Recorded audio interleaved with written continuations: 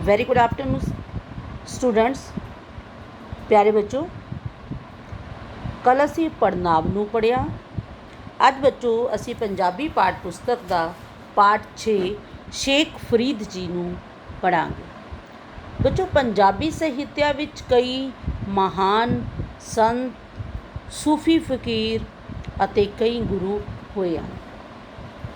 जिवें 10 गुरु ਉਹ पंजाबी साहित्य विच, इसी तरह कई सूफी संत भी, जिवें शेख फरीद जी। शेख फरीद जी एक सूफी संत हैं जिन्हां दा जीवन बड़ा सादा अते सरल सुभाव दे सन ते वो प्रभु दे साक्षात अवतार सन। उन्हां दी बहुत सारी बाणी गुरु ग्रंथ साहिब विच दर्ज है। इस पाठ विच शेख फकीर दे जीवन बारे, उन्हां दियां सिੱਖਿਆਵਾਂ बारे विचार पेश किया गया है। उन्हां दे जिहड़े रचे सलोक हैं वो गुरु ग्रंथ साहिब विच दर्ज हैं, जो कि लोकां नूं प्रेम दा सुनेहा दिंदे हैं। प्यारे बच्चों, अज असी पाठ 6 शेख फरीद जी पेज नंबर 33 नूं पढ़ांगे।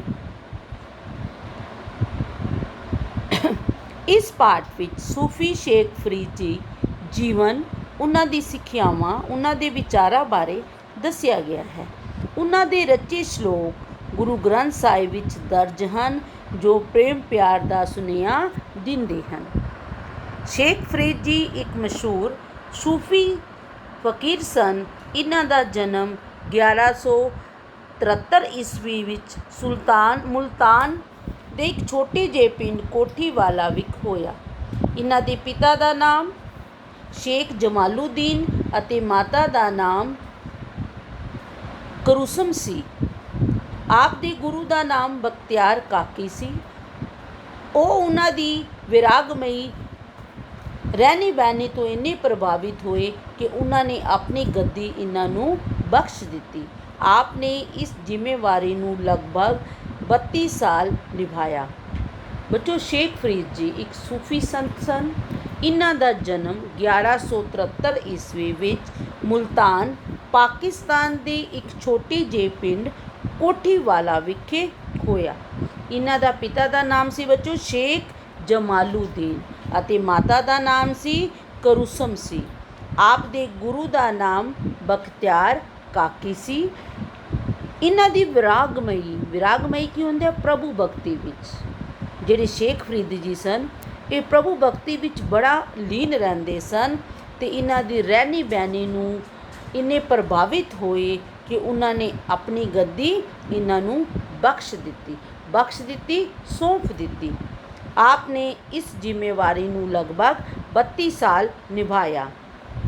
आप दा जीवन बड़ा सरल, सादा ਤੇ ਸਬਰ ਸੰਤੋਖ ਵਾਲਾ ਸੀ। ਆਪ ਨੂੰ ਜੋ ਵੀ ਚੜਾਵਾ ਚੜਦਾ ਉਹ ਗਰੀਬਾਂ ਵਿੱਚ ਵੰਡ ਦਿੰਦੇ। ਉਹਨਾਂ ਦੀ ਬਾਣੀ ਵਿੱਚ ਇੰਨੀ ਮਿਠਾਸ ਸੀ ਕਿ ਲੋਕ ਆਪ ਨੂੰ ਫਰੀਦ ਸ਼ਕਰਗੰਜ ਕਹਿ ਕੇ ਯਾਦ ਕਰਦੇ ਸਨ। ਸ਼ਕਰਗੰਜ ਤੋਂ ਭਾਵ ਹੈ ਮਿਠਾਸ ਦਾ ਭੰਡਾਰ। ਜਿਹੜੇ ਸ਼ੇਖ ਫਰੀਦ ਜੀ ਦਾ ਬੱਚੋ ਜੀਵਨ ਸੀ ਬੜਾ ਸਰਲ, ਸਾਦਾ ਤੇ ਸਬਰ ਸੰਤੋਖ ਕੀ ਹੁੰਦਾ ਬੱਚੋ? जिस मनुख को जो होवे वो उस विच ही खुश रवे, उसनूं आखदे हन सबर संतोख। उन्हां नूं जो भी चढ़ावा चढ़दा, लोग उन्हां नूं जो भी चढ़ांदे वो गरीबां विच वंड दिंदे। आप दी बाणी विच इन्नी मिठास सी कि लोग आप नूं फकीर शकरगंद की होंदी है बच्चों? शक्कर की होंदी है? मिठास। शकरगंज कह के याद करते सन। शकरगंज तो भाव है मिठास का भंडार। आपने 112 श्लोक ते 4 शब्द लिखे जो गुरु ग्रंथ साहिब विच दर्ज हैं। आपने अपने सारे श्लोकां विच लोकां नूं प्रेम करन दा संदेश दिता है। शेख फरीद ने बच्चों सानू की संदेश दिता है? प्रेम करन दा, कि सानू आपस विच प्रेम दे नाल रहना चाहिदा है। फरीद जी दे जीवन नाल बहुत सारी घटनावां जुड़ियां होईयां हन, जिन्हां तो इन्हां दा प्रेम डुल पैंदा है। फरीद दे जीवन नाल किहड़ी घटनावां जुड़ियां हन? बहुत सारी घटनावां जुड़ियां हन, जिन्हां नूं वेख के प्रेम दी भावना ਬਹੁਤ ਜ਼ਿਆਦਾ ਵਿਕਦੀ ਹੈ। ਉਹਨਾਂ ਵਿੱਚੋਂ ਇੱਕ ਘਟਨਾ ਵਿੱਚ ਇੰਜ ਵਾਪਰਿਆ ਕਿ ਇੱਕ ਆਦਮੀ ਆਪ ਜੀ ਨੂੰ ਇੱਕ ਕੈਂਚੀ ਭੇਟ ਕਰਨ ਲਈ ਲੈ ਕੇ ਆਇਆ। ਉਹ ਕੈਂਚੀ ਦੀਆਂ ਸਿਫਤਾਂ ਤੇ ਸਿਫਤਾਂ ਕਰੀ ਜਾ ਰਿਹਾ ਸੀ। ਆਪ ਨੇ ਕੈਂਚੀ ਨੂੰ ਚੰਗੀ ਤਰ੍ਹਾਂ ਜਾਂਚਿਆ, ਪਰਖਿਆ ਤੇ ਬੋਲਿਆ, ਭਾਈ ਇਹ ਤੂੰ ਲੈ ਜਾ, ਸਾਨੂੰ ਇਹ ਨਹੀਂ ਚਾਹੀਦੀ। ਇਹ ਤਾਂ ਕੱਟਣ ਵਾਲੀ ਹੈ, ਚੀਰ ਫਾੜ ਕਰਨ ਵਾਲੀ ਹੈ। ਸਾਡਾ ਕੰਮ ਕੱਟਣਾ ਜਾਂ ਤੋੜਨਾ ਨਹੀਂ, ਬਲਕਿ ਟੁੱਟੀਆਂ ਹੋਈਆਂ ਨੂੰ ਜੋੜਨਾ ਹੈ। ਤੂੰ ਇਸ ਦੀ ਥਾਂ ਸਾਨੂੰ ਇੱਕ ਸੂਈ ਲਿਆ ਦੇ, ਜੋ ਕਿ ਅਸੀਂ ਪਾਟਿਆਂ ਨੂੰ ਜੋੜ ਸਕੀਏ। ਪਾਟਿਆ ਕੀ ਹੁੰਦਾ ਬੱਚੋ? ਫਟਿਆ ਹੋਇਆ। ਪਾਟਿਆ ਕੀ ਹੁੰਦਾ? ਫਟਿਆ ਹੋਏ ਨੂੰ ਜੋੜ ਸਕੀਏ। ਵੱਖ ਵੱਖ ਨਿਖੇੜੇ ਦਿਲਾਂ ਨੂੰ, ਨਿਖੇੜੇ ਕੀ ਹੁੰਦੇ ਨੇ? ਦੂਰ ਦੂਰ, ਜਿਹੜੇ ਦਿਲ ਇੱਕ ਦੂਜੇ ਤੋਂ ਦੂਰ ਹਨ, ਉਹਨਾਂ ਨੂੰ ਇੱਕ ਪ੍ਰੇਮ ਦੇ ਧਾਗੇ ਵਿੱਚ ਪਰੋ ਸਕੀਏ, ਅਰਥਾਤ ਉਹਨਾਂ ਸਭ ਨੂੰ ਇੱਕ ਧਾਗੇ ਵਿੱਚ ਪਰੋ ਸਕੀਏ। ਉਹ ਪ੍ਰੇਮ ਦੇ ਪ੍ਰਤੀਕ ਸਨ। ਇਹਨਾਂ ਦੇ ਬਾਰੇ ਇੱਕ ਘਟਨਾ ਕੀ ਹੈ ਕਿ ਇੱਕ ਵਾਰੀ ਇੱਕ ਬੰਦਾ ਇਹਨਾਂ ਕੋਲ ਕੈਂਚੀ ਲੈ ਕੇ ਆਇਆ ਅਤੇ ਉਹ ਆਪਣੀ ਕੈਂਚੀ ਦੀਆਂ ਬੜੀਆਂ ਸਿਫਤਾਂ ਕਰ ਰਿਹਾ ਹੈ।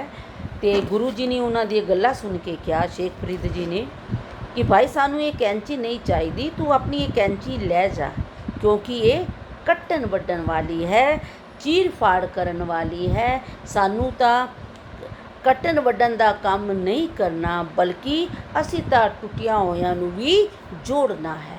ਅਤੇ ਤੁਸੀਂ ਸਾਨੂੰ ਇਸ ਦੀ ਥਾਂ ਕੀ ਲਿਆ ਦਿਓ? ਸੂਈ। ਸੂਈ ਕੀ ਕੰਮ ਕਰਦੀ ਹੈ? ਜਿੱਥੇ ਵੀ ਕੋਈ ਚੀਜ਼ ਫਟ ਜਾਏ, ਸੂਈ ਉਸਨੂੰ ਕੀ ਕਰ ਦਿੰਦੀ ਹੈ? ਜੋੜ ਦਿੰਦੀ ਹੈ। ਅਸੀਂ ਸੂਈ ਧਾਗੇ ਦੇ ਨਾਲ ਉਸ ਚੀਜ਼ ਨੂੰ ਠੀਕ ਕਰ ਲੈਂਦੇ ਹਾਂ। ਅਤੇ ਵੱਖ ਵੱਖ ਨਿਖੇੜੇ ਦਿਲਾਂ ਨੂੰ ਇਸ ਪ੍ਰੇਮ ਦੇ ਧਾਗੇ ਵਿੱਚ ਪਰੋ ਸਕੀਏ। ਅਤੇ ਜਿਹੜੇ ਲੋਕ ਵੱਖ ਵੱਖ ਹੋ ਰਹੇ ਹਨ, ਉਹਨਾਂ ਨੂੰ ਪ੍ਰੇਮ ਦੇ ਧਾਗੇ ਵਿੱਚ ਪਰੋ ਸਕੀਏ। ਇਹ ਬੱਚੋ ਚਿੱਤਰ ਹੈ, ਇਹ ਸ਼ੇਖ ਫਰੀਦ ਜੀ ਹਨ ਅਤੇ ਇਹ ਹਨ ਉਹ ਭਾਈ ਜਿਹੜਾ ਕਿ ਉਹਨਾਂ ਨੂੰ ਕੈਂਚੀ ਦੇ ਰਿਹਾ ਹੈ। ਬਾਬਾ ਫਰੀਦ ਜੀ ਦੀ ਕਰਾਮਾਤਾਂ 'ਤੇ ਸਖਤ ਵਿਰੋਧੀ ਸਨ। ਕਰਾਮਾਤਾਂ ਕੀ ਹੁੰਦੀਆਂ ਕਿ ਲੋਕ ਕਹਿੰਦਾ ਕਿ ਉਸ ਭਾਈ ਕੋਲ, ਉਸ ਦੋਸਤੀ ਕੋਲ ਜਾਓ, ਉਹ ਇਹ ਕਰ ਦਿੰਦਾ ਹੈ। ਅੰਧ ਵਿਸ਼ਵਾਸ। ਕਰਾਮਾਤੀ ਦੇ ਸਖਤ ਵਿਰੋਧੀ ਸਨ। ਉਹ ਨਹੀਂ ਸਨ ਚਾਹੁੰਦੇ ਕਿ ਕੋਈ ਕਰਾਮਾਤੀ ਬਣ ਕੇ ਲੋਕਾਂ ਨੂੰ ਠੱਗਦਾ ਫਿਰੇ। ਇੱਕ ਵਾਰ ਸ਼ੇਖ ਬਹਾਉਦੀਨ ਤੇ ਬਾਬਾ ਫਰੀਦ ਜੀ ਸੈਰ ਕਰਦੇ ਕਰਦੇ ਦੂਰ ਜੰਗਲ ਵਿੱਚ ਨਿਕਲ ਗਏ। ਇੱਕ ਹੋਰ ਘਟਨਾ ਹੈ ਉਹਨਾਂ ਦੇ ਜੀਵਨ ਨਾਲ ਸੰਬੰਧਿਤ ਕਿ ਇੱਕ ਦਿਨ ਸ਼ੇਖ ਬਹਾਉਦੀਨ ਅਤੇ ਬਾਬਾ ਫਰੀਦ ਜੀ ਦੋਵੇਂ ਸੈਰ ਕਰਦੇ ਕਰਦੇ ਦੂਰ ਜੰਗਲ ਵਿੱਚ ਨਿਕਲ ਗਏ। ਸ਼ੇਖ ਬਹਾਉਦੀਨ ਜੀ ਕਰਾਮਾਤਾਂ ਵਿੱਚ ਵਿਸ਼ਵਾਸ ਰੱਖਦੇ ਸਨ। ਕਿਸ ਵਿੱਚ ਵਿਸ਼ਵਾਸ ਰੱਖਦੇ ਸਨ? ਕਰਾਮਾਤਾਂ ਵਿੱਚ। ਕਰਾਮਾਤਾਂ ਕੀ ਹੁੰਦੀਆਂ ਹਨ? ਚਮਤਕਾਰ ਵਿੱਚ ਵਿਸ਼ਵਾਸ ਰੱਖਦੇ ਸਨ। ਜਦਕਿ ਫਰੀਦ ਜੀ ਮੁਲਾਕਾਤ ਵਿੱਚ। ਮੁਲਾਕਾਤ ਕੀ ਹੁੰਦੀ ਹੈ ਕਿ ਆਪਸ ਵਿੱਚ ਬੈਠ ਕੇ ਜਦੋਂ ਮੁਲਾਕਾਤ ਮੇਲ ਮਿਲਾਪ ਵਿੱਚ, ਕਿਸ ਵਿੱਚ? ਮੇਲ ਮਿਲਾਪ ਵਿੱਚ। ਦੋਵੇਂ ਉੱਚ ਦੇ ਫਕੀਰ ਸਨ। ਦੋਵਾਂ ਵਿੱਚ ਇਸ ਚੀਜ਼ 'ਤੇ ਬਹਿਸ ਹੋ ਗਈ। ਬਹਾਉਦੀਨ ਕਰਾਮਾਤਾਂ ਨੂੰ ਵੱਡੀ ਕਹਿ ਰਹੇ ਸਨ, ਜਦਕਿ ਸ਼ੇਖ ਫਰੀਦ ਮੁਲਾਕਾਤਾਂ ਨੂੰ। ਅਚਾਨਕ ਰਸਤੇ ਵਿੱਚ ਜ਼ੋਰਦਾਰ ਹਨੇਰੀ ਤੂਫਾਨ ਆ ਗਿਆ। ਹੱਥ ਨੂੰ ਹੱਥ ਵਿਖਾਈ ਨਹੀਂ ਸੀ ਦਿੰਦਾ। ਬਾਬਾ ਫਰੀਦ ਜੀ ਨੇ ਸ਼ੇਖ ਬਹਾਉਦੀਨ ਨੂੰ ਕਰਾਮਾਤਾਂ ਵਿੱਚ ਵਿਸ਼ਵਾਸ ਰੱਖਦੇ ਸਨ ਕਿਹਾ, ਸ਼ੇਖ ਫਰੀਦ ਕੋਈ ਕਰਾਮਾਤ ਵਿਖਾ, ਇਸ ਹਨੇਰੀ ਤੂਫਾਨ ਤੋਂ ਮੁਕਤੀ ਦਿਵਾ। ਉਸਨੇ ਕੀ ਕਿਹਾ ਬਹਾਉਦੀਨ ਨੂੰ ਕਿ ਤੁਸੀਂ ਤਾਂ ਚਮਤਕਾਰ ਵਿੱਚ ਵਿਸ਼ਵਾਸ ਰੱਖਦੇ ਹੋ, ਕੋਈ ਚਮਤਕਾਰ ਦਿਖਾਓ ਅਤੇ ਇਸ ਹਨੇਰੀ ਤੂਫਾਨ ਨੂੰ ਮੁਕਤੀ ਦਿਵਾਓ, ਅਰਥਾਤ ਇਸ ਹਨੇਰੀ ਤੂਫਾਨ ਨੂੰ ਬੰਦ ਕਰੋ।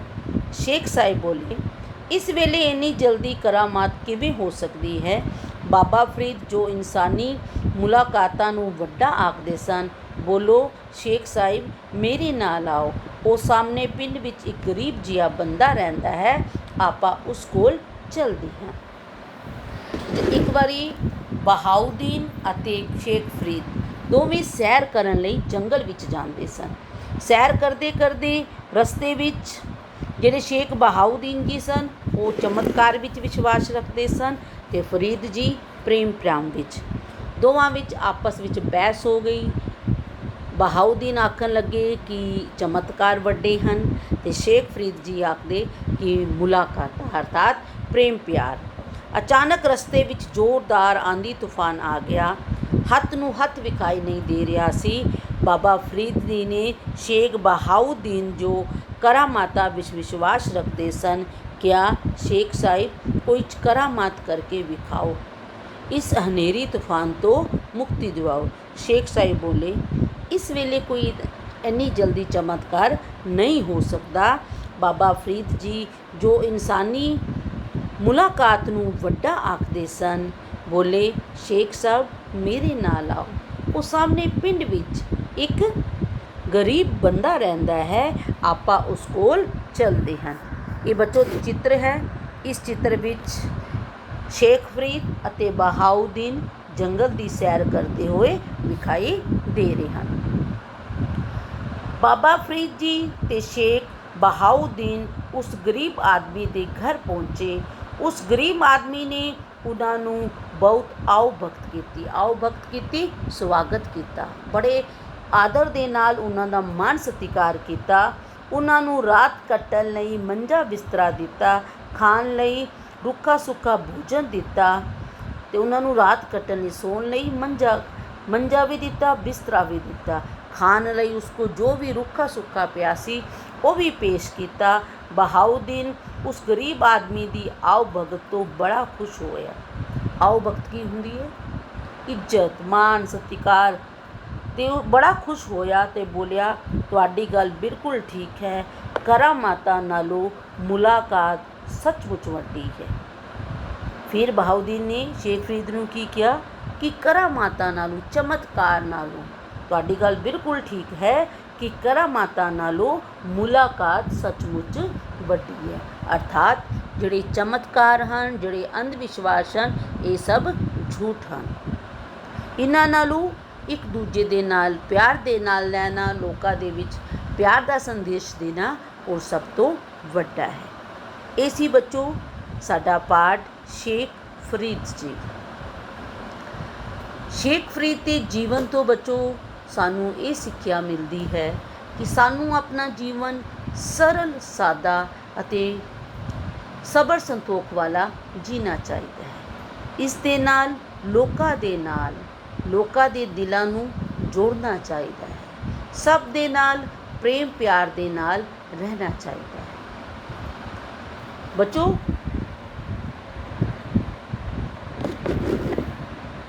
ਤੁਹਾਨੂੰ ਪਤਾ ਹੈ ਕਿ ਜਿਹੜਾ ਇਹ ਹਰਿਮੰਦਰ ਸਾਹਿਬ ਗੁਰਦੁਆਰਾ ਹੈ, ਇਸ ਦੀ ਨੀਂਹ ਕਿਸਨੇ ਰੱਖੀ ਹੈ? ਪਤਾ ਤੁਹਾਨੂੰ? ਸਾਈ ਮੀਆਂ ਮੀਰ ਜੀ ਨੇ। ਕਿਸਨੇ ਰੱਖੀ ਹੈ? ਸਾਈ ਮੀਆਂ ਮੀਰ ਜੀ ਨੇ। ਉਹ ਵੀ ਇੱਕ ਸੂਫੀ ਸੰਤ ਸਨ। ਉਹਨਾਂ ਦੇ ਕੋਲ ਵੀ ਬੜੀਆਂ ਵੱਡੀਆਂ ਸ਼ਖਸੀਅਤਾਂ ਆ ਕੇ ਉਹਨਾਂ ਦੇ ਅੱਗੇ ਸਿਰ ਝੁਕਾਉਂਦੀਆਂ। ਕੋਈ ਜਿਹੜੇ ਸਾਈ ਮੀਆਂ ਮੀਰ ਜੀ ਸਨ, ਉਹ ਵੀ ਸ਼ੇਖ ਫਰੀਦ ਦੇ ਵਾਂਗ ਬੜੇ ਹੀ ਸਰਲ ਸੁਭਾਅ ਦੇ, ਬੜੇ ਹੀ ਸ਼ਾਂਤ ਅਬਰ ਸਬਰ ਸੰਤੋਖ ਵਾਲੇ ਸਨ। ਇਹ ਸੀ ਬੱਚੋ ਸਾਨੂੰ ਇਸ ਪਾਠ ਵਿੱਚ ਸ਼ੇਖ ਫਰੀਦ ਜੀ ਬਾਰੇ ਪਤਾ ਚੱਲਿਆ, ਉਹਨਾਂ ਦੇ ਜੀਵਨ ਦੇ ਬਾਰੇ ਕਿ ਉਹਨਾਂ ਦਾ ਜੀਵਨ ਕਿਸ ਪ੍ਰਕਾਰ ਦਾ ਸੀ। ਬਾਬਾ ਫਰੀਦ ਜੀ ਨੇ ਗ੍ਰਸਤ ਜੀਵਨ ਵਿੱਚ ਰਹਿ ਕੇ ਅੱਲਾ ਦੀ ਬੰਦਗੀ ਕਰਨ ਤੋਂ ਜ਼ੋਰ ਦਿੱਤਾ। ਬਾਬਾ ਫਰੀਦ ਜੀ ਨੇ ਗ੍ਰਸਤ ਜੀਵਨ ਵਿੱਚ ਗ੍ਰਸਤੀ ਵਿੱਚ ਰਹਿੰਦੇ ਹੋਏ ਸਾਨੂੰ ਪਰਮਾਤਮਾ ਦੀ ਭਗਤੀ ਕਰਨੀ ਚਾਹੀਦੀ ਹੈ। ਉਹਨਾਂ ਨੇ 5 ਲੜਕੇ ਅਤੇ 3 ਲੜਕੀਆਂ ਸਨ। ਸ਼ੇਖ ਫਰੀਦ ਦੇ ਕਿੰਨੇ ਬੱਚੇ ਸਨ ਬੱਚੋ? 5 ਲੜਕੇ ਅਤੇ 3 ਲੜਕੀਆਂ ਸਨ। ਅੰਤ 1265 ਈਸਵੀ ਵਿੱਚ ਆਪ ਦਾ ਦੇਹਾਂਤ ਹੋ ਗਿਆ। ਆਪ ਦੀ ਯਾਦ ਵਿੱਚ ਹਰ ਸਾਲ ਫਰੀਦਕੋਟ ਵਿੱਚ ਇੱਕ ਭਾਰੀ ਮੇਲਾ ਲੱਗਦਾ ਹੈ। 1265 ਈਸਵੀ ਵਿੱਚ ਇਹਨਾਂ ਦਾ ਕੀ ਹੋ ਗਿਆ ਬੱਚੋ? ਦੇਹਾਂਤ ਹੋ ਗਿਆ। ਅਤੇ ਆਪ ਦੀ ਯਾਦ ਵਿੱਚ ਹਰ ਸਾਲ ਫਰੀਦਕੋਟ ਵਿੱਚ ਇੱਕ ਭਾਰੀ ਮੇਲਾ ਲੱਗਦਾ ਹੈ। ਇਹ ਸੀ ਬੱਚੋ ਸ਼ੇਖ ਫਰੀਦ। ਬੱਚੋ ਜਿਹੜੇ ਸ਼ੇਖ ਫਰੀਦ ਜੀ ਸੂਫੀ ਫਕੀਰਾਂ ਵਿੱਚੋਂ ਇੱਕ ਸਨ। ਇਹਨਾਂ ਦੀ ਜਿਹੜੀ ਬਾਣੀ ਹੈ, ਬਹੁਤ ਸਾਰੀ ਬਾਣੀ ਗੁਰੂ ਗ੍ਰੰਥ ਸਾਹਿਬ ਵਿੱਚ ਦਰਜ ਹੈ। ਫਰੀਦ ਜੀ ਰਚੇ ਸ਼ਲੋਕ ਵਿੱਚ ਪ੍ਰੇਮ, ਮਿਠਾਸ ਅਤੇ ਜੀਵਨ ਦੀ ਸੱਚਾਈ ਛੁਪੀ ਹੁੰਦੀ ਹੈ। ਫਰੀਦ ਜੀ ਬੇਕੀ ਸਾਧੂਆਂ ਨੂੰ, ਬ੍ਰਾਹਮਣਾਂ ਨੂੰ ਅਤੇ ਮੂੰਹ 'ਤੇ ਵੰਡਦੇ ਸਨ, ਕਿਉਂਕਿ ਇਹ ਧੋਖੇ 'ਚ ਵਿਸ਼ਵਾਸ ਨਹੀਂ ਰੱਖਦੇ ਸਨ। ਇਹ ਸੀ ਬੱਚੋ ਸਾਡਾ ਅੱਜ ਦਾ ਪਾਠ ਸ਼ੇਖ ਫਰੀਦ ਜੀ, ਜਿਸ ਬਾਰੇ ਅਸੀਂ ਇਸ ਪਾਠ ਨੂੰ ਪੜ੍ਹਿਆ ਅਤੇ ਸਮਝਿਆ। ਆਈ ਹੋਪ ਤੁਹਾਨੂੰ ਸਭ ਬੱਚਿਆਂ ਨੂੰ ਇਹ ਪਾਠ ਚੰਗੀ ਤਰ੍ਹਾਂ ਸਮਝ ਆ ਗਿਆ ਹੋਣਾ।